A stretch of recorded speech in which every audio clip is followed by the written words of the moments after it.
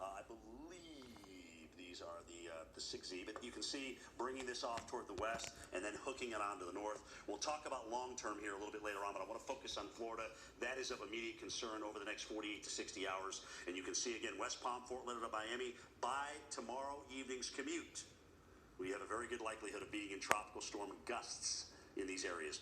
Hurricane force gusts by the time we go through the evening hours. Fort Lauderdale, Port St. Lucie, Melbourne, Daytona gets into this overnight. Then tomorrow, as we go to Friday morning, Jen will get them in Daytona Beach, St. Augustine, possibly Jacksonville. And then we'll see how much of a hook it takes to the right at that point. I think that's very, very critical in terms of what we get in terms of impacts on the Georgia, South Carolina, and North Carolina coast. Here's a different way of looking at this same thing that I just showed you. Let's just take Melbourne, for example. If you go over on the graph, hurricane force winds, 74 miles an hour or greater, sometime Friday morning. Okay, that's when we expect them there. West Palm Beach, if you look at you will get into the tropical storm force winds Thursday afternoon, as we talked about. There you are in the red, and then less impacts as we go in toward Friday night. So it's really about an 18-hour period or so, Stephanie, for West Palm beginning tomorrow afternoon. With that said, let's have a look at the advisories that are posted here into Florida. We do have tropical storm watches and warning. Now, know that if you have a watch, that means that you could see those conditions within 48 hours. A warning means that you could have those conditions in 36 hours. Hurricane force winds,